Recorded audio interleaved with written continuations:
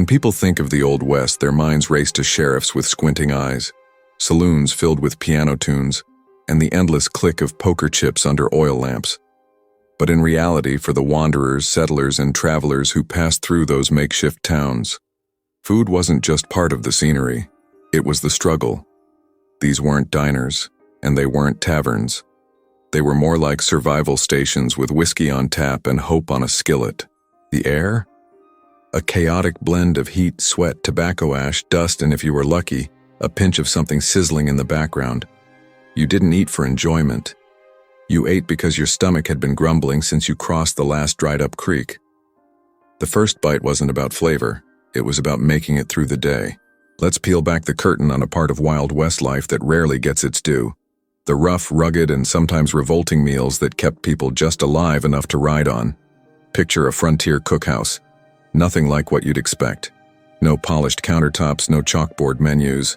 Just a warped table pushed against a wall, with someone behind it who looked more like they'd arm-wrestled a bear than baked bread. And yet, there was food. Of a sort. It might have been simmering in a cracked iron pot, roasting over embers that had seen more days than the pan itself, or tossed together from whatever hadn't spoiled.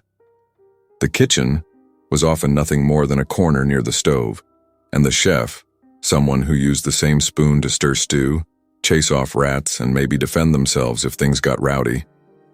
The seating. Well, if you were lucky, there was a stool with 3 legs and a sliver of wood that hadn't given someone a splinter.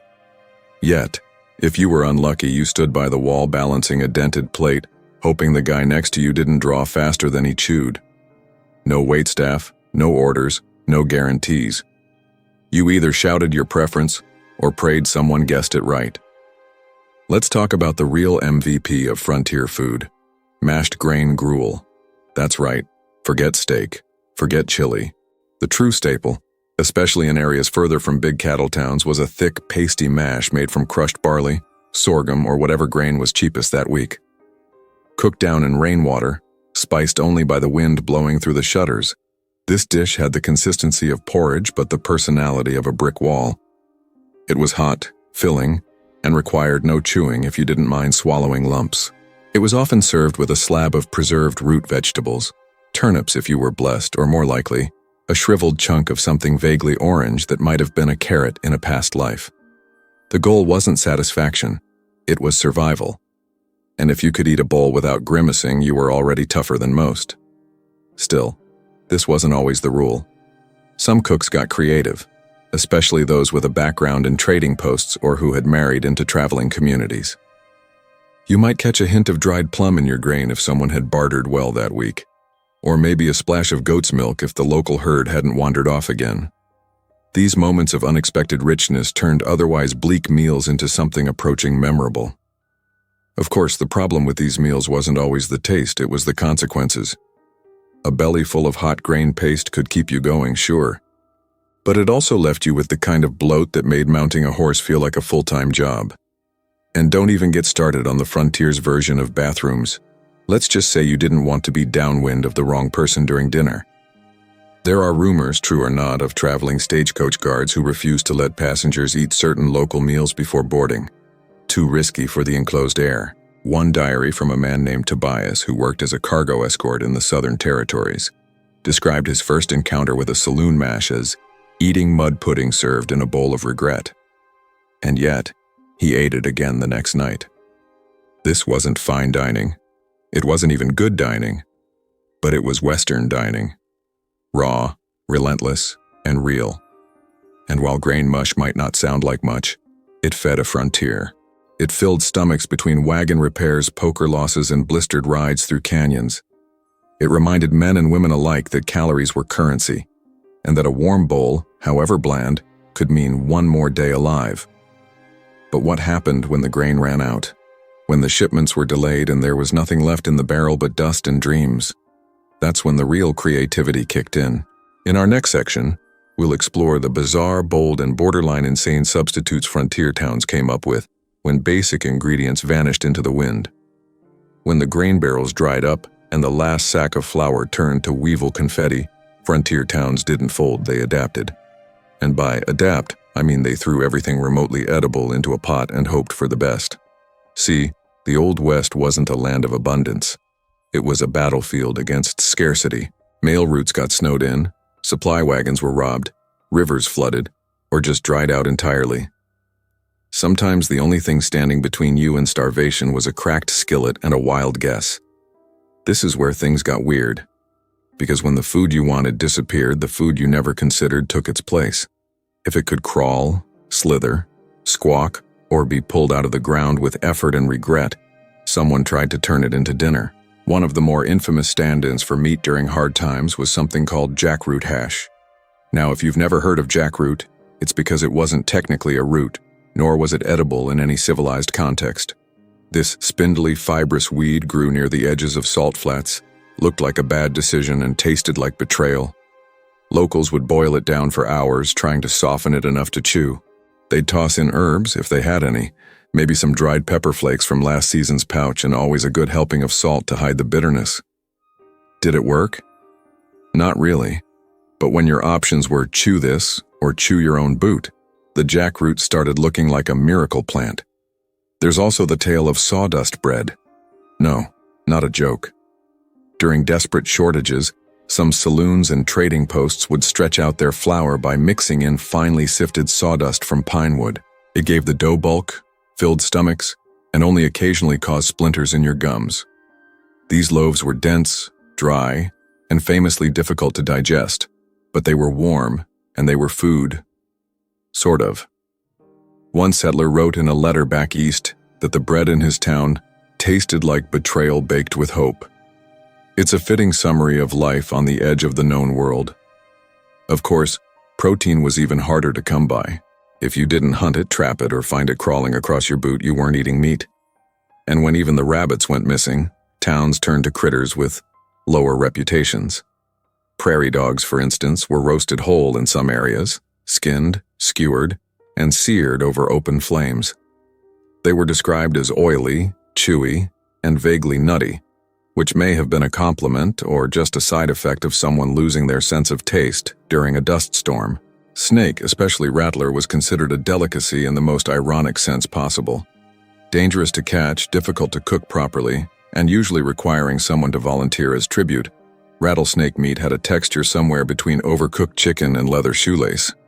Yet when prepared with enough onions, garlic, and grease, if you had those luxuries, it became one of the more tolerable emergency dishes. In fact, there are records of small celebrations thrown in mining towns when a snake was caught. Not because it was a threat, but because it was dinner. You'd be amazed what people cheer for when they haven't had protein in 4 days. And then there were the wild pies. No, not the dessert kind, though they sometimes came in crusts. These were what happened when someone found a few edible greens growing out behind the stable, picked some dandelions, pulled up a mushroom that maybe wasn't deadly, and threw the whole mess into a pastry shell made from animal fat and leftover biscuit crumbs. These pies weren't sweet. They weren't even consistently good. But they were hot, filling, and had the power to convince your brain you'd eaten something fancy, at least until your stomach reminded you otherwise. Sometimes they were even given grand names to disguise their contents. One diary from a woman who ran a boarding house in central Colorado mentioned her mountain greens tart, which she admitted was mostly dried grass and lard, but served with a smile. One recurring hero in these tales of culinary desperation was the humble egg. Any egg.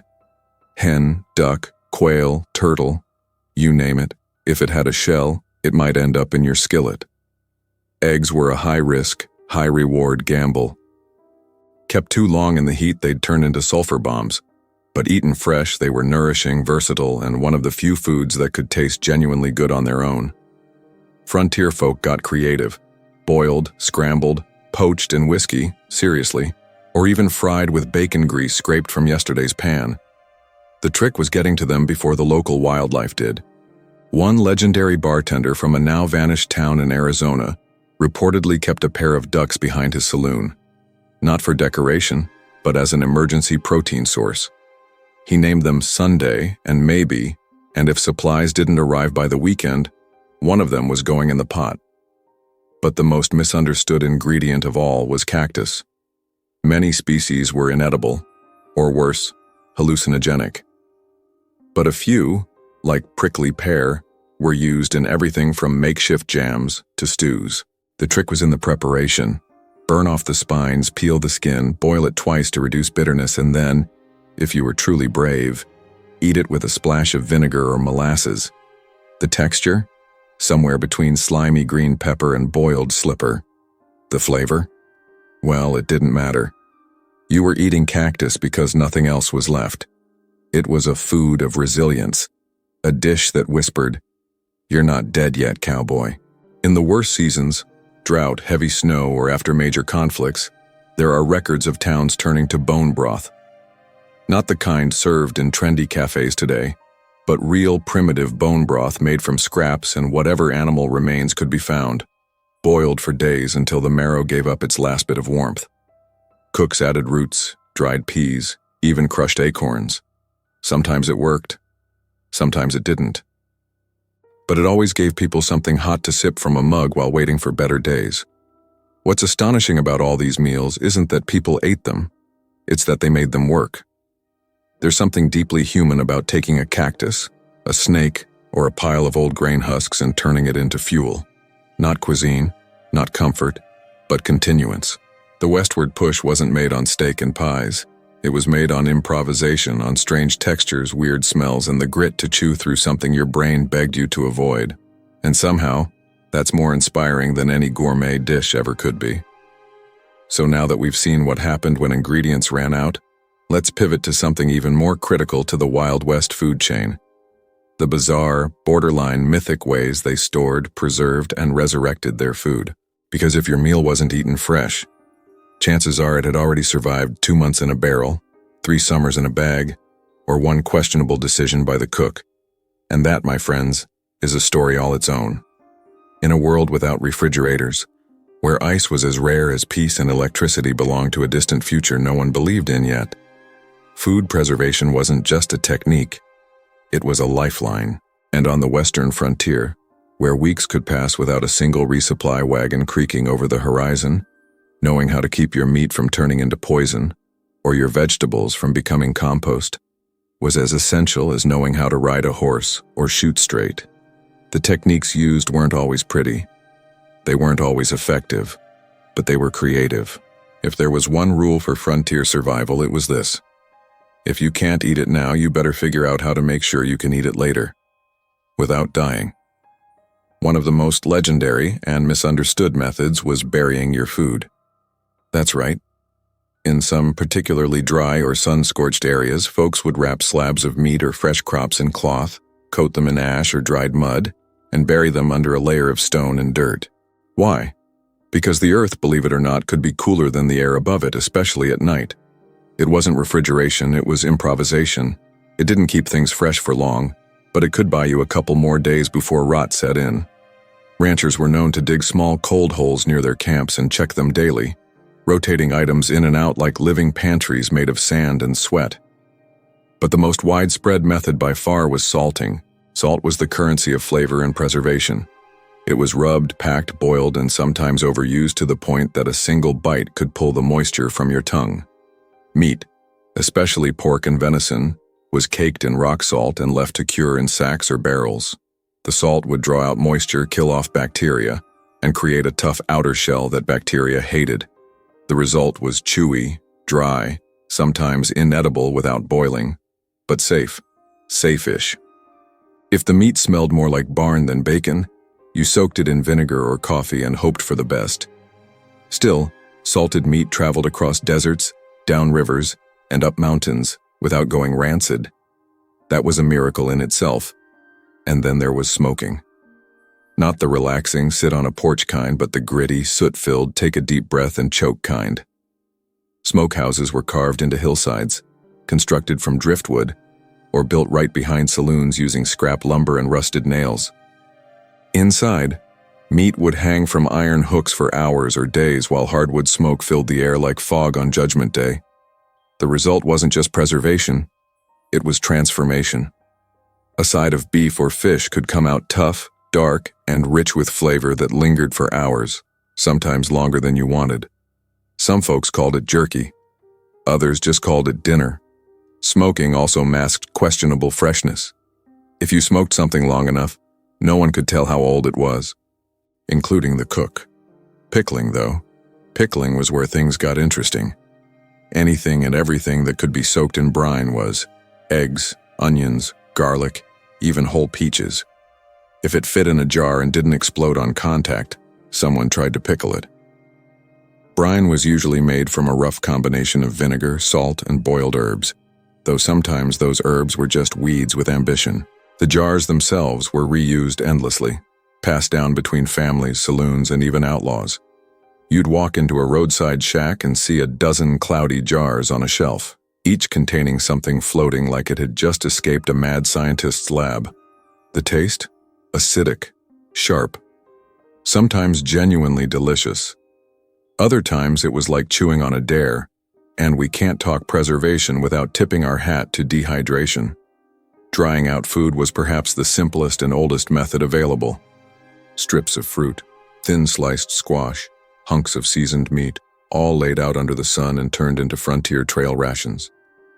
These weren't snacks, they were survival pucks, fruit leather that cracked your molars, jerky so hard you had to soften it with hot water or your own tears. But once dry, they lasted forever. Cowboys tucked them into their saddlebags, trappers tied them to belts, and soldiers carried them for weeks across barren terrain. There's a journal from a medic in the Utah territories who claimed he once broke his knife trying to slice through a piece of sun-dried apple. He ate it anyway. That's the spirit of frontier cuisine. Even dairy wasn't exempt. Milk, fresh and fleeting, was turned into rough cheeses and clotted cream when it could be. The more advanced homesteads had cellars where they aged blocks of cheese in near darkness. Others had to rely on whatever curdled and held its shape long enough to be sliced. There's a story from Nevada about a miner who tried to bribe a saloon cook with a chunk of goat cheese he'd aged himself in a sock. It's unclear whether the cheese or the sock had more flavor, but the cook accepted it. Because even bad cheese in the Old West was a step above no cheese at all. Honey was another miracle. It didn't spoil, it didn't freeze, and if you were lucky enough to have access to a beekeeper or knew where to find a wild hive, you guarded that golden treasure like it was literal gold. Some frontier folk even used honey as a preservative, coating fruits and nuts in it to seal them from the air. The result was sweet, sticky, and borderline holy compared to everything else. Saloon owners who could offer honey on biscuits or drizzle it over cornbread were local celebrities. One such woman in southern Kansas had a reputation that drew riders from 30 miles away. Not for her whiskey, but for her honey-glazed grit cakes. She didn't carry a gun. She didn't need to. Her food kept the peace. And then there were the real experiments, the failed preservation attempts no one talks about in textbooks, like storing fish and animal fat sealed inside hollowed logs, or fermenting berries underground in clay pots, or the bizarre air-dried stew bricks that looked like rocks and needed to be boiled for 2 hours before they turned back into something edible. These methods didn't always work. Sometimes they made people sick, but they represented a kind of frontier genius, trial by hunger. You try, you fail, you tweak, and if you're lucky, you live. Because that was the reality of food preservation in the West. You didn't preserve it to enjoy it later. You preserved it to survive. You used salt like armor, smoke like firewalls, and vinegar like a chemical weapon. You fought back against time, decay, and heat with every tool you had. And sometimes, when it all came together, you sat down at the end of the day with something you could eat without fear. And that, out there in the wild and ruthless frontier, was a victory worth savoring. But once you had that food safe and stored, what did you do with it? What were the actual dishes folks made with these dried, salted, smoked, and pickled ingredients? What did a meal look like when built from barrels, jars, and smoked slabs? That's what we're diving into next as we look at the most common and uncommon full meals that were served up hot, or just barely warm, across the kitchens of the Wild West. Once the ingredients had been salted, dried, buried, smoked, or pickled into submission, it was time for the main event, the meal itself. But don't expect fine plating or gourmet pairings. The West didn't have room for that. These dishes weren't designed for flavor first. They were built for fuel, plain and simple. Yet in their own strange way, They formed the backbone of an entire generation's survival. The meals that emerged from those saloon kitchens and campfire pits were rough, honest, and unforgiving, just like the people who cooked and ate them. This was cuisine under pressure, with every bite hard-earned and every ingredient pulled from some corner of the wild or the last inch of a supply crate. When mealtime rolled around, you didn't ask what was cooking. You simply hoped it didn't still have eyes. The most foundational meal, perhaps the Western equivalent of a fast food combo, was what many travelers simply called the plate. No flair, no exaggeration. A scoop of beans, a slice of whatever meat hadn't turned, a biscuit or scrap of bread, and something acidic on the side to chase it down. Usually a pickled onion, a chunk of sour cucumber, or in extreme cases, a pickled egg staring back at you like it regretted your life choices. The beans were nearly always present, sometimes black, sometimes white, occasionally red but always overcooked, boiled into mush, and generously salted. Cooked slow over a fire with pieces of smoked meat tossed in for grease, they were the cheapest way to feed a room full of hungry strangers. You could eat them with a spoon, your hands, or whatever piece of bark passed for a utensil that day. Leftovers were reheated until they vanished or fossilized. The meat, however, was a gamble. If you were in cattle country during a prosperous month, you might get a strip of beef, thin, sinewy, and pan-fried until it resembled bark. In bison territory, you might be blessed with a small cut of buffalo shoulder, cooked low and long in stew. In other places, the meat could be squirrel, rabbit, gopher, or even lizard, depending on what the local traps had offered up. One traveling gambler from the New Mexico territories once wrote that the stew of the day he was served moved on the plate when he poked it. He still finished the meal. Hunger makes a brave man out of anyone. Stews, in particular, were the great catch-all of the West. If it could be boiled, it went into the pot. Stews stretched resources, fed more mouths, and hid the flaws of whatever questionable ingredient had made its way into the kitchen that day. A base of bone broth or salted water, thickened with leftover grain mash or root vegetables, and seasoned only with the desperation of the cook. Carrots became gray mush, potatoes broke apart into oblivion, and onions disappeared altogether. Meat chunks were rare treasures in the bowl, tender if you were lucky, chewy if you weren't. Stews could be reheated endlessly and reworked with each passing day until what you were eating bore no resemblance to its original form. They were warm, they were wet, and they were everywhere. Alongside these stews and plates were the ever-present campfire biscuits which, when fresh, bordered on divine. Made with crude flour, lard, and a prayer, they were slapped into cast-iron pans and baked over open flames. When the stars aligned and the cook wasn't distracted, they came out golden, flaky, and warm. Most of the time, though, they were undercooked inside, scorched outside, and required a dunk in stew or coffee to become chewable. Yet even the worst biscuit was still better than hardtack, a food so infamous it deserves its own corner of culinary history. Hardtack, or what some called cannon bread, was more weapon than nourishment. Just flour, water, and time. Baked into a slab harder than justice and more durable than steel, it was made to last, not to be enjoyed. Some cow hands soaked it for hours before biting. Others used hammers to break it down. And a few likely just gave up and chewed until their molars cried for mercy. Still, hardtack traveled well, stored even better, and filled a stomach when everything else had vanished. You didn't eat it because you wanted to. You ate it because you had no other choice. Breakfast, though rare, had its own menu of sorts, if you showed up early enough, sober enough, and lucky enough. In mining towns or near trade routes, the breakfast plate might include a fried egg, usually overdone until rubbery, or a slice of ham so thin it bordered on symbolic. Paired with black coffee that could double as motor oil and a biscuit with whatever jam substitute someone had managed to whip up. This meal was less about luxury and more about kickstarting your body after a long night. But when it hit right, it became something sacred. The first warm bite of protein after weeks of trail rations was more than just food. It was redemption. Speaking of coffee, few things were as important to the soul of a Western meal as the cowboy brew. Boiled directly over flame in scorched kettles, often made with unfiltered water and more grounds than science would recommend, this black liquid was poured thick, bitter, and scorching. You didn't drink it for the taste, you drank it to stay awake, stay alert, and digest whatever horror you just ate. It was more of a survival potion than a beverage, and it was beloved. As for sweets, well, sweets were an afterthought. But they did exist. Molasses, when available, was poured over bread, biscuits, even hardtack to soften the blow of the meal. Cornmeal cakes sweetened with dried fruit or jam remnants became quick-baked desserts, usually dry, crumbly, and barely sweet. Yet even those were treated with reverence.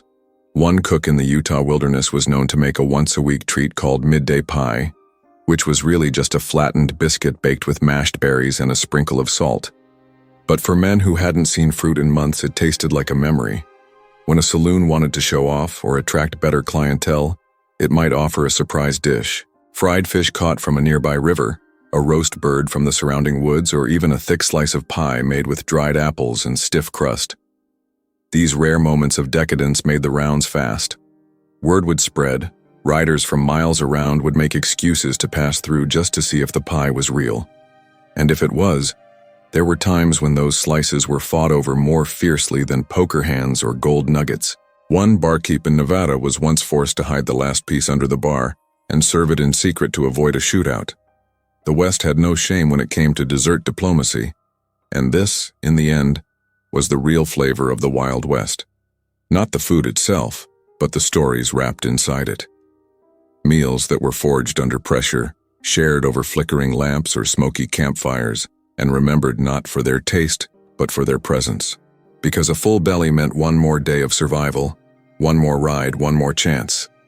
Whether it was stew, snake, sour biscuits, or boot-tough meat, every meal was a victory against the odds. In the next part of our journey, we're going to shift focus, not just on what was eaten, but who was doing the eating. Because understanding Western food means understanding the characters who lived by it. The wanderers, the settlers, the misfits, and the forgotten workers who depended on these meals to push forward, no matter what the land or their plates threw at them. Behind every chipped tin plate and smoke-blackened bowl was a story, not just of hunger or hardship, but of the person who sat down to eat. Because the Wild West wasn't just a land of landscapes. It was a stage set for people as hard and wild as the trails they traveled. And while the history books love to focus on the shootouts, the gold rushes, and the iconic frontier towns, it's in the kitchens, the saloon corners, the wagon-side fires where the real humanity took shape. Who were these people eating salted pork and mystery stew? Let's meet them, bite by bite. First, of course, we had the trail hands. Those dusty, sun-worn souls who moved herds of cattle across impossible distances. Their lives were spent between saddles and storm clouds, with dust in their teeth and sweat soaking every inch of their clothes. When they ate, it was fast, furious, and functional. No time for waiting, no space for finery. A tin plate slapped down with beans and dried meat, maybe a splash of strong coffee, and back to the trail before the sun burned too high. Their cook, often referred to simply as the fire boss, was less of a chef and more of a battlefield medic for morale. One pot, one pan, and a desperate attempt to feed 10 men with the remains of a supply crate half-eaten by mice. But the meals meant everything. In the silence of open plains, a hot meal was the closest thing to peace. Then there were the railway crews, the workers carving iron tracks through mountain and desert, eating with soot on their fingers and dynamite in their shadows. These men came from everywhere: Scotland, China, Mexico, Germany, and their food was as varied as their origins. In mixed camps, you might find salted fish cooked beside spicy beans, or flatbread fried next to boiled dumplings. These weren't planned menus. They were cultural collisions held together by fire and the shared need to keep moving. Food became a strange language of unity, where people who didn't speak the same words passed each other boiled eggs and fried dough, bonded by hunger and exhaustion. A bite of someone else's tradition became a bite of understanding. And who could forget the wagon families, the pioneers with everything they owned packed into creaking wooden carts, dragging their lives behind oxen and hope. Their meals were built on bulk and survival: flour, lard, beans, salt. If you were lucky, a bit of molasses or dried fruit. Mothers became engineers of scarcity, turning almost nothing into warm food by sheer force of will. Cornmeal was gold, dried apples, a gift from heaven. Kids learned to love hardtack before they learned to write, and when game was caught, squirrel, bird, or fish, it was treated like a holiday. Meals weren't eaten quickly. They were shared slowly, reverently, because each one could be the last before the next river, the next storm, the next breakdown. Now let's talk about the camp cooks of mining operations, the unsung heroes of the gold and silver booms. These weren't chefs. They were part-time negotiators, part-time janitors, and full-time miracle workers. With supplies coming in once a month and dozens of starving diggers to feed, they developed instincts sharper than any prospector's pickaxe. They used stale bread as thickener, leftover stew as sauce, and coffee grounds as flavoring for damn near everything.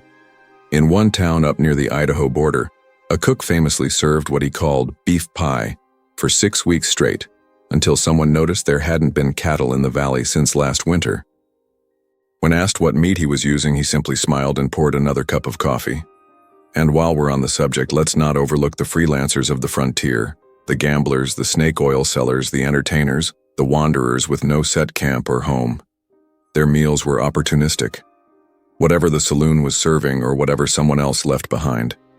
They ate like scavengers, savoring scraps with the joy of someone who knew the next meal was never promised. In the diary of a car dealer from Montana, he described his most luxurious meal as a biscuit soaked in honey, eaten behind the stables while a storm rolled in. That's the kind of detail you don't forget. Not because it's glamorous, but because it's real. Then there were the indigenous communities, often pushed to the fringes but never removed from the land's knowledge. Their meals were the most adapted, the most natural to the region. From roasted roots and foraged greens to smoked fish and dried berries, their cuisine was tied to the seasons, the soil, and survival without reliance on barrels or traders. It's no surprise that frontier newcomers often depended on this knowledge to survive their first winters. Without it, many wouldn't have made it. Yet too often, their foodways were ignored or erased in the written histories of the West, despite being more sustainable, more efficient, and far more nourishing than most meals served out of a saloon.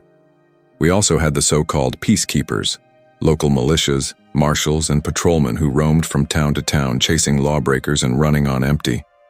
Their meals came from charity, bribes, or whatever they could snatch between brawls. One was quoted as saying, "I've eaten better from a stranger's pity than from any army ration." Salted meat, biscuits, strong coffee, those were the holy trinity. No vegetables, no sugar, just heat and energy. They ate on horseback, in jail cells, sometimes during interrogations. Because peace wasn't something you waited for in the West. It was something you chased, and sometimes ate with one hand while holding a pistol in the other. And finally, we arrive at the saloon hands, the bartenders, cleaners, card dealers, and backroom workers who kept the dusty heart of frontier towns beating. Their meals were often the last plates of the day. Whatever was left after the regulars had eaten, scraped together into a stew, a sandwich, or sometimes just a handful of pickles and beans. And yet these people often knew more about food than the customers ever did. They saw every dish come and go. They knew when the stew had been fresh and when it had been reheated for the 4th time. They learned how to steal bites while cleaning pans and how to hide the last biscuit under a napkin for later. Survival by stealth. This mosaic of characters, each with their own hunger, their own rituals, their own definition of a good meal, is what made Western cuisine so much more than just beans and bacon. It was a living, breathing reflection of a world constantly in motion. Meals were a form of culture, of identity, of resilience. And when you sat down to eat in the Wild West, you weren't just feeding your stomach, you were feeding your story. Up next, we'll shift gears again and explore the tools of the trade. What did they actually cook with? What pans, pots, contraptions, and cooking methods did these tough souls use to turn wild ingredients into edible meals in the middle of nowhere? Stick around, because in the next chapter we're opening the lids on frontier cookware and the ingenious ways people made fire, heat, and food all meet in one place. Before there was flavor, there was fire. Before there was stew, there was smoke. In the Wild West, where convenience was a fantasy and electricity was a rumor told by ambitious inventors back east, cooking wasn't just about recipes. It was about resilience, invention, and patience sharpened by hunger. You didn't step into a kitchen. You built one with what you had. And what you had wasn't much. Whether it was a sun-blasted trail camp or the back corner of a saloon soaked in whiskey fumes and flypaper, the cooking tools of the frontier were simple, tough, and unflinchingly brutal. They didn't make meals easy. They made meals possible. And that, out in the middle of nowhere, was more than enough. Let's start with the most sacred object of them all, the cast iron pan. Thick, heavy, and indestructible, it was the cornerstone of nearly every Western meal.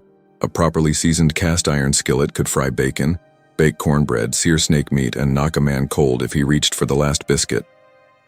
These pans were passed down, traded, fought over, and respected like a family heirloom. You didn't clean them with soap. You wiped them down with salt and cloth or just let the next fire burn the memory out. A seasoned skillet had character, flavor, and history baked into its very metal.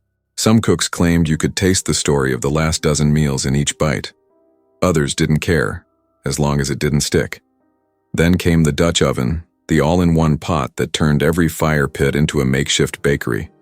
Made from thick iron and built with a tight-fitting lid, the Dutch oven could roast, bake, boil, or stew, depending on what you needed and how much patience you had left. Buried in coals or hung over a flame by a chain or tripod, it was a slow cook savior.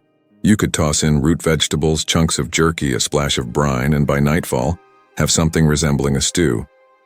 Or if you had a bit of flour and lard, you could whip up drop biscuits or bread, letting the coals do the work while you rested your boots. It wasn't fast and it wasn't elegant, but it worked. And in the West, working was better than good. Of course, you couldn't cook without fire. And fire didn't just appear on command. Building a cookable flame in the wilderness was a skill all its own. Every trail hand, every homesteader, every saloon cook had their own tricks. Some used dried sagebrush for kindling, others swore by pine cones soaked in grease. Flint and steel were common, but when things got desperate, folks used magnifying glasses, smoldering coals carried in covered pots, or even a gunpowder trick involving a spark and a bullet casing, though that one came with obvious risks. Once the fire was lit, it had to be managed like a wild animal. Too hot and you'd burn dinner, too low and you'd wait all night. And in wind-swept plains, where the fire could vanish with a single gust, cooking became a dance of shielding flames, adjusting pots and praying the wind stayed calm until supper was done. The coffee pot, though rarely given the praise it deserves, was the most guarded item in many camps. Usually made of tin or blackened copper, these battered kettles boiled over every campfire from Arizona to Montana. Grounds were tossed in loose, sometimes with eggshells to help settle them, and the brew was poured straight into cups or tin mugs, grit and all. No filters, no strainers, just fire, water, and patience. Coffee was a ritual, not a luxury. It got you through mornings, hangovers, long watches, and freezing nights. Some cowhands named their pots. Some refused to drink from anyone else's. There were rumors of fights breaking out over stolen kettles, because in a world where food was inconsistent, a reliable cup of coffee was salvation. Knives were another essential. Not the slick chef's knives of modern kitchens, but heavy multi-purpose blades that saw double duty. You used them to skin rabbits, chop onions, cut firewood, and open cans when your patience ran out. A good knife could make the difference between a hot meal and a cold night. Some came with sheaths worn on the belt. Others were passed around like shared tools. Sharpening stones were rare, so you used river rocks, wagon wheels, or anything hard enough to put an edge back on steel. These weren't cooking knives. They were life knives, an extension of survival. Speaking of cans, yes, canned goods did exist, and so did can openers, though not in the form we know today. Most cans were hacked open with knives, rocks, or brute force. Some smart cooks used metal spikes and mallets. Others just heated the can until the top popped off, sometimes with unfortunate results. More than one saloon cook ended up with a scar from a can that blew up too soon. Still, cans were treasures. Tomatoes, peaches, beans, even milk, all sealed in metal time capsules that offered sweetness and flavor in a land of dry goods and disappointment. And when things got more makeshift, when real cookware wasn't available, people got inventive. Tin cans became soup pots. Shovels were scrubbed down and used to fry meat. Wagon wheels served as drying racks for strips of jerky. Saddles doubled as prep tables. In one desert camp, an entire stew was reportedly cooked inside a hollowed-out boulder, lined with moss and sealed with clay. The cook swore it was the best he ever made. Then again, hunger has a way of seasoning everything. Utensils were optional. Most ate with their hands, with pocket knives, or whatever they could find. Wooden spoons, if carved correctly, became prized possessions. Some folks used horn forks or even twisted wire into makeshift tools. Tin plates were common, dented, scorched, scratched to pieces, but still serviceable. And if all else failed, you ate off bark, rock, or whatever your lap could hold. Table manners weren't high on the list of priorities. If the food made it to your mouth and didn't kill you, that was a win. And let's not forget the role of improvised ovens and smoke pits. On the trail, folks would dig shallow pits, line them with hot stones, and place meat inside wrapped in leaves or canvas, then cover the whole thing in dirt to trap the heat. After hours of slow cooking, they'd dig it back up, praying the coyotes hadn't gotten to it first. In town, some saloons built crude clay ovens in back alleys where bread could be baked during cooler hours. These ovens cracked, crumbled, and got patched with whatever was on hand: mud, cloth, even old tobacco leaves. But they held heat, and that was all that mattered. All this, the scorched pans, the blackened kettles, the rocks used as grills and knives used as spoons, this was the kitchen of the frontier. It wasn't clean, it wasn't organized, but it was functional. Meals were born from friction and fire, from the sparks of survival and the pressure of time. No timers, no temperature gauges, just instinct, experience, and the memory of how badly things went the last time you undercooked snake meat. In the next section, we'll shift from the technical to the communal, from how meals were made to how they were shared, because the West wasn't just about eating alone on a rock. It was about sitting down, in whatever ragtag circle you could find, and passing the food around. Whether at a saloon table beside a wagon or under the stars, meals became rituals, lifelines, and moments of fragile human connection in a wild and uncertain land. In a land where law was scarce, comfort was rarer, and trust was usually stored in a holster, food had a strange power. It could calm tempers, forge friendships, and remind people, if only for a moment, that they weren't completely alone. Meals in the Wild West weren't always warm, and they certainly weren't always good, but they were shared.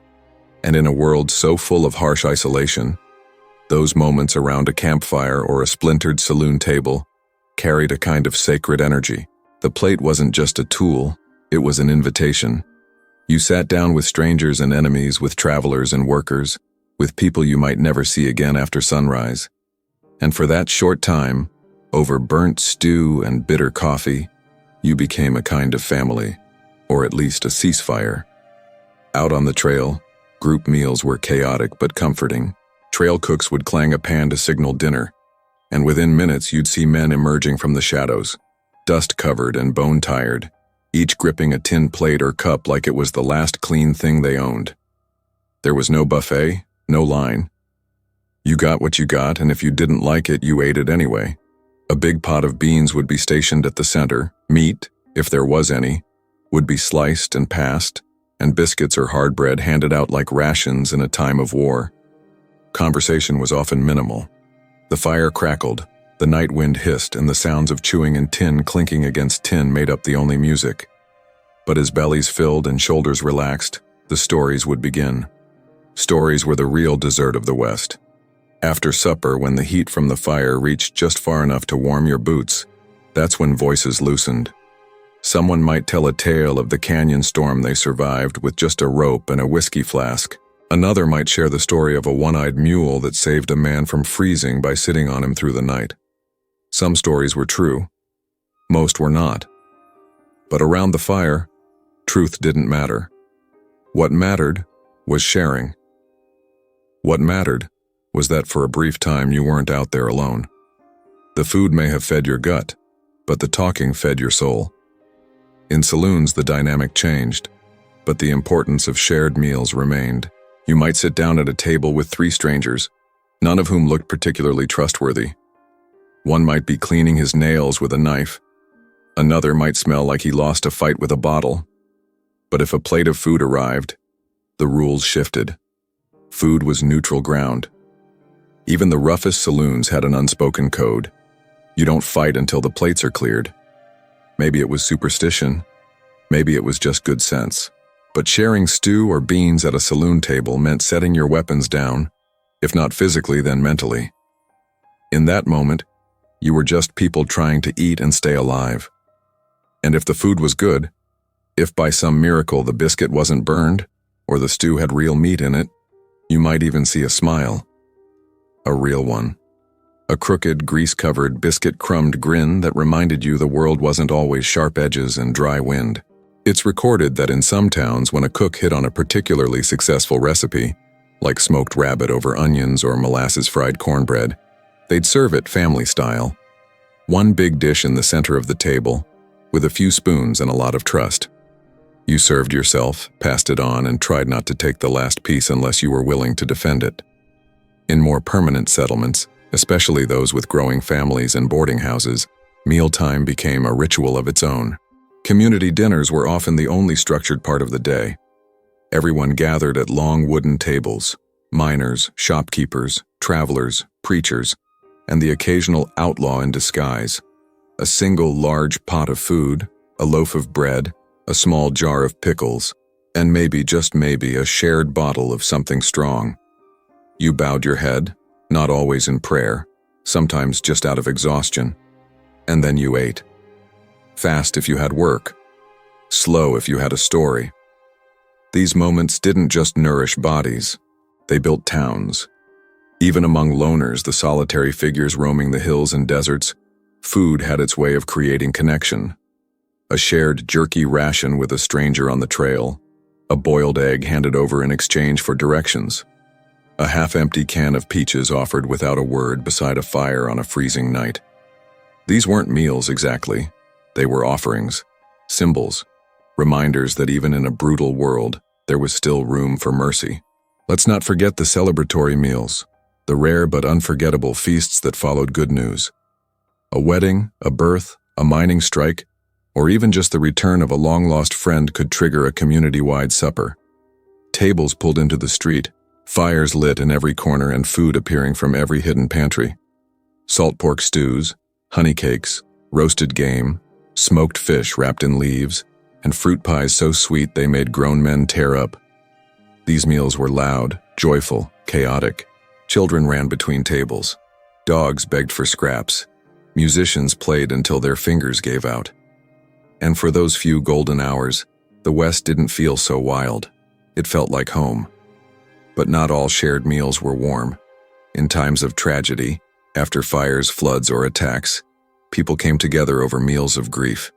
Quiet bowls of broth, biscuits handed out with blank stares.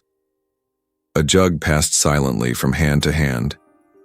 In these moments, food didn't heal, but it helped.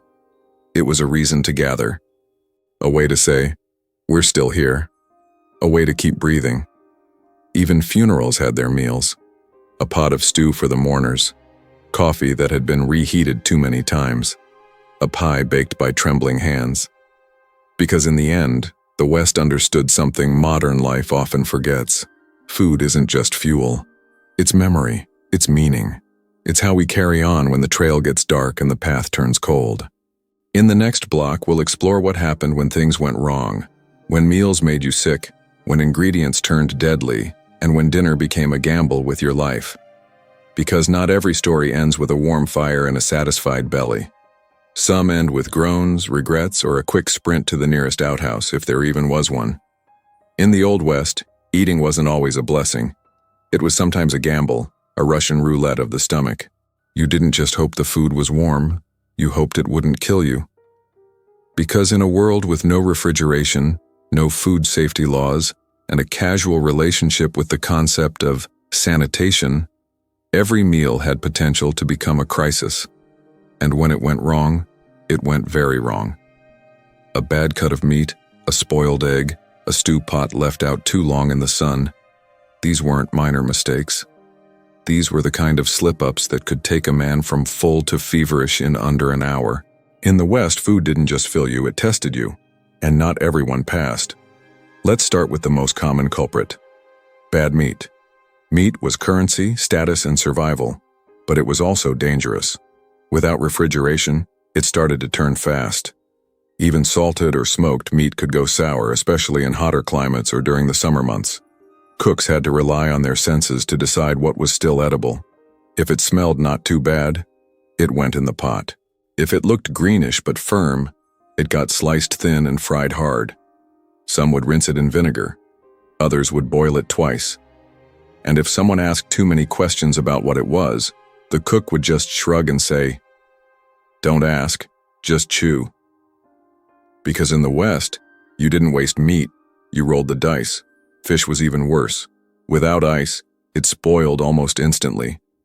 And yet, saloons near rivers still served fresh catch of the day, which often meant caught yesterday and left in a bucket.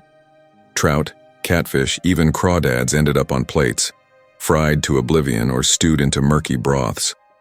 When fresh, they were a delight. When off, they became biological weapons. One story from a Montana camp recounts a man who ate a questionable catfish stew and woke up hallucinating that his boots were trying to run away without him. He survived. Barely. But the stew pot did not. Then there were the infamous eggs of doom. Eggs were precious, but delicate. A single warm day could turn a basket of breakfast into a sulfuric nightmare. Cooks would test eggs by floating them in water. If they sank, good. If they floated, dangerous. But here's the twist. Many still used the floaters. They'd crack them carefully, sniff cautiously, and fry them long enough to hope for the best. More than one cowboy woke up with a headache, a gut full of regret, and a newfound fear of runny yolks. Scrambled eggs became standard not for style, but for camouflage. The more you chopped, mixed, and fried, the less you had to see what color that yolk had originally been. Vegetables weren't safe either, when they were even available. By the time they reached the plate, most had been boiled into mush, pickled into oblivion, or dried to the texture of boot leather. Spoiled carrots, moldy onions, potatoes with suspicious growths, they all ended up in stews, chopped fine and hidden beneath layers of salt and old grease. Some cooks swore you could boil the rot out. Others just believed the stomach would sort it out later. But more than a few journals tell of shared meals that ended with half the table doubled over, praying for relief or for unconsciousness. And we can't skip over dairy, perhaps the riskiest ingredient of them all. Milk, cream, cheese. When fresh, they were divine. When not, they were disasters. Curdled milk was used in everything from biscuits to pancakes, usually without realizing it had turned until it was too late. Homemade cheese, stored in burlap sacks in root cellars, often developed a smell so powerful it could knock the hat off your head. But people still ate it. Because a bad cheese was still cheese, right up until your stomach disagreed violently and loudly in the middle of a poker game. In one Nevada outpost, a traveling musician reportedly collapsed after eating a slice of goat cheese that had aged too long in a saddlebag. He lived, but never played another tune without inspecting his food first. And don't think canned goods were foolproof. Early cans were sealed with lead and soldered by hand, sometimes poorly. A dented can might mean a tiny leak and a breeding ground for bacteria. Botulism wasn't a word most people knew, but they felt its effects. Fever, paralysis, sometimes death. Still, canned peaches and tomatoes were so rare and treasured that people took the risk. They'd hear the hiss as they opened the lid and decide it smelled fine enough. Hunger makes the senses forgiving.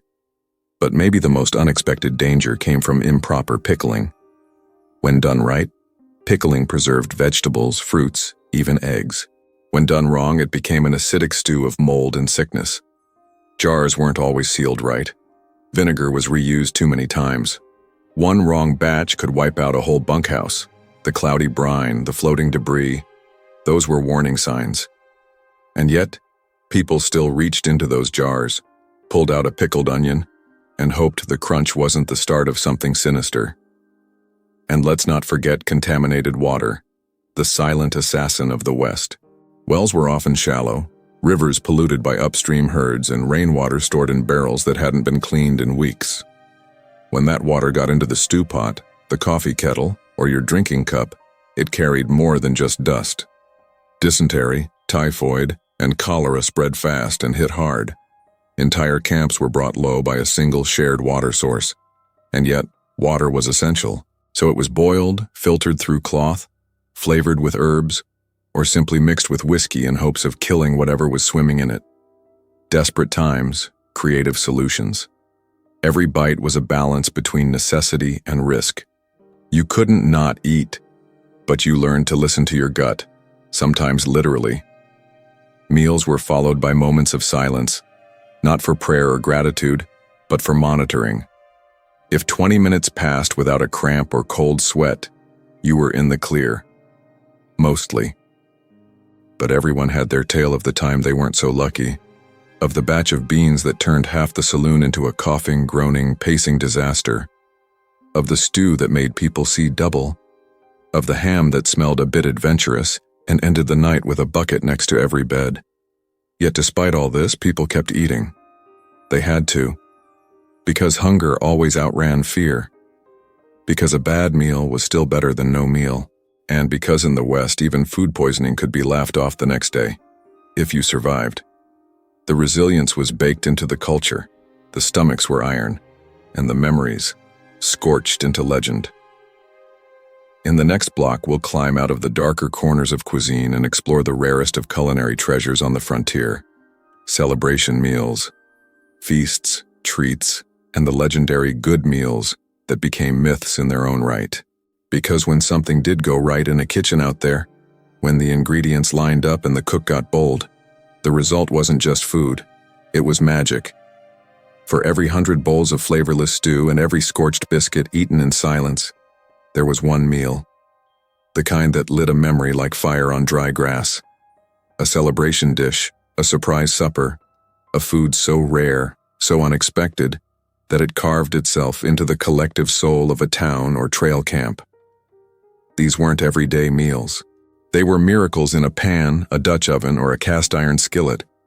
And long after the last bite was gone, the stories remained. Because in the Wild West, good meals were more than nutrition. They were events, symbols that life, despite everything, could still rise above the dust and give you something to smile about. The most common trigger for a great meal was simple. Someone came back. A rider presumed lost, a family member thought snowed in, a scout who hadn't been seen in weeks. When they walked through those swinging doors or emerged from the tree line, battered but breathing, the cook got to work. Out came the stored goods, the dried fruit saved for emergencies, the best cut of salted meat, the last chunk of wild honey hidden behind the jars of vinegar. Fires burned hotter, more pots clanged, and suddenly the whole camp turned festive. Music might break out, a bottle might be opened, and even the toughest men let themselves enjoy a plate with both hands for once. Then there were the payday feasts, when the miners, railroad workers, or cattle crews got their wages and came into town looking to spend. Saloons prepped in advance, knowing the doors would swing nonstop for hours. Cooks saved their best ingredients for these moments. Fresh eggs brought in from a local farm, venison stew with whole potatoes, maybe even a roast bird if someone had been lucky on the hunt. Biscuits came out golden, molasses was poured thick, and a real pie might appear behind the counter, apple or peach, made with dried fruit and so much sugar it could make a man tear up. These meals were chaotic, loud, and glorious. You'd eat with strangers, dance with whoever was closest, and forget the lean days for just a few golden hours. Weddings and births also sparked culinary magic. A newborn in a small settlement meant a town would band together, pooling whatever they had. One man brought flour, another shared a hunk of cheese, someone else turned up with a jug of fresh milk. The result might be a wild spread. Cornbread, game stew, pickled vegetables, even custards and cakes if the womenfolk had time to get creative. It wasn't always pretty, it wasn't always coordinated, but it was abundant. People cooked in shifts, Tables were dragged outside, lamps were hung on wagon posts, and as night fell, the celebration stretched into stories, music, and full bellies under the stars. There were no menus, just a mix of generosity, luck, and culinary ambition that defied the usual limitations of the frontier. And then there were the legendary cooks, the ones who defied expectations and earned their place in Western folklore, like the woman in Deadwood who was said to make the best blackberry hand pies west of the Missouri. Folks traveled dozens of miles for one bite, berries soaked in whiskey, folded into flaky crust and fried in bear fat. Or the former sailor who opened a camp kitchen along the Colorado River and became famous for his seafood chowder, made with river fish, dried clams, and a secret spice mix no one ever managed to copy. These meals became lore. You didn't just eat them. You remembered them like a first kiss or a gunfight survived by a hair. Holidays, too, were excuses for cooks to dig deep and aim higher. Independence Day, for example, saw towns roast whole pigs or deer over fire pits dug in public squares. Beans were spiced with rare peppers, cornbread was baked with buttermilk instead of water, and someone always showed up with a jug of homemade cider. Christmas brought its own flavor: salted ham glazed with brown sugar, dried plum pudding steamed in cloth, biscuits cut into shapes by hands that remembered softer times. It wasn't just about food. It was about recreating home, even in the roughest places. A kind of defiance. We may be in the wild, but we're still human. Even death had its feasts, strange as that sounds. Funerals, especially for someone respected, would end in a meal meant to honor their life. A stew made with care, a loaf of bread left unsliced for symbolism, a pie brought in from someone's hidden pantry. The town would gather, plates would be passed, and silence would fall not out of sorrow but respect. No one spoke with full mouths, but eyes met. Nods were exchanged, and in that shared meal, people remembered they were still together, still a community, despite loss. Sometimes the feast came unexpectedly, delivered by nature herself. A sudden bounty of wild mushrooms after a rain. A herd of elk spotted nearby and brought down by sharp shooting and good timing. A flood that washed catfish into low gullies, ripe for the picking. When these things happened, they were treated like blessings. Meals weren't planned. They were seized. Fires built fast. Pots filled. Spices found. And everyone ate like royalty. Even the wind seemed kinder on those nights. And the desserts. Oh, the desserts. Rare, yes, but unforgettable. Sweet cornbread with a drizzle of sorghum syrup. Biscuits baked with wild honey and pressed berries. Molasses cookies, tough but rich. Once in a while, someone with Eastern roots would whip up something truly foreign. A bread pudding with dried apricots, a rice custard with cinnamon, or even an apple turnover made with dough rolled thin and baked over coals. The smell alone could stop a conversation.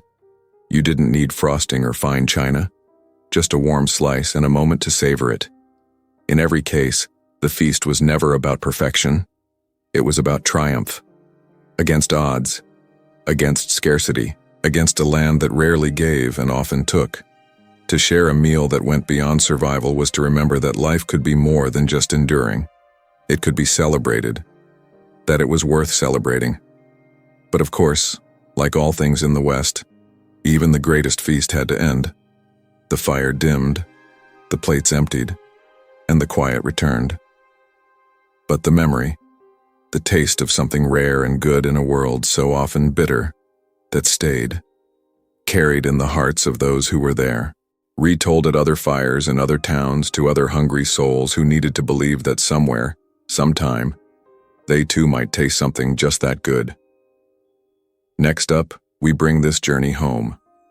In the final block, we'll reflect on what these meals, both humble and heroic, tell us about the people who ate them, and what we, in our modern world, can still learn from the grit, gratitude, and strange genius of Western food culture. And of course, I'll have a message just for you, the listener, the learner, the one still watching this dusty trail of a tale all the way to the end. So here we are. After beans and biscuits, after salted pork and spoiled eggs, after buried stew pots and pickled peaches, we've reached the end of the trail of And as the fire burns low and the stars stretch across this long, slow sky of the past, you can almost hear the quiet again. The clink of tin cups, the low murmur of stories around a campfire, the satisfied sigh of someone who's finally full, maybe for the first time in days. Because when you really look at it, the meals of the Wild West weren't about luxury. They weren't about taste or elegance or presentation. They were about endurance. They were about making something from almost nothing. And more than anything, they were about sharing, even if all you had to share was half a stale biscuit and a good story. The food of that era, wild and rough as it was, revealed something raw and true about the people who lived it. They weren't just surviving on calories. They were surviving on ritual, on grit, and on the tiny moments of peace carved between dust storms and bad luck. Every cracked bowl of stew, every burned flapjack, every stolen sip of black coffee was a symbol of defiance. A statement that said, "I'm still here, and maybe you're still here too." Even in the hardest places, where land and law both seemed to fight you at every turn, a hot meal shared with a stranger was proof that humanity hadn't packed up and left. That's the real lesson from the forgotten kitchens of the frontier. Food doesn't have to be beautiful to matter. It just has to show up. It just has to be enough. In a way, the Wild West was less about what people ate and more about how they ate it, with calloused hands, with tired eyes, with the knowledge that every meal might be the last. And so every bite was its own kind of prayer. Whether it was a meat pie baked in a tin pan or a chunk of salted beef gnawed off the bone during a thunderstorm, food was the one universal thread, cutting across languages, loyalties, and loss. And now, centuries later, that thread still stretches out. It's in the way we gather at dinner tables. It's in the warmth of a cup of coffee shared at sunrise. It's in our traditions, our cravings, our recipes handed down from people who had far less than we do, but somehow made it work. Maybe they didn't have Instagram plates or espresso machines or imported seasonings, but they had fire and stories and each other. And maybe, when it's all said and done, that's still the most important recipe of all. So if you've made it this far, if you're still here, saddle sore and dust-covered from this long, dusty ride, I just want to say thank you. Truly. Thank you for joining me, for walking through the grit and grease and ghost stories of a forgotten culinary world that deserves to be remembered. And now, I have a small favor to ask you. If you enjoyed this journey, if you learned something new, if you laughed or winced or imagined the smell of that smoked jackrabbit stew, I'd be honored if you hit that subscribe button. Not because algorithms need feeding, but because I want you to be part of this little community we're building, a campfire of our own, in the middle of the internet wilderness. And while you're at it, drop a comment below. Tell me your story. Have you ever had a meal that changed you? Something humble, strange, or unforgettable?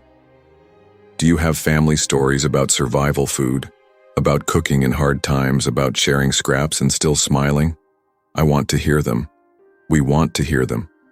Because this channel isn't just a monologue.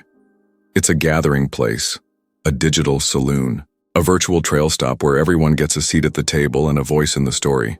So, whether you're watching this from a quiet apartment or a road trip motel, from a dorm room or a porch swing somewhere out past the city lights, know that you're welcome here.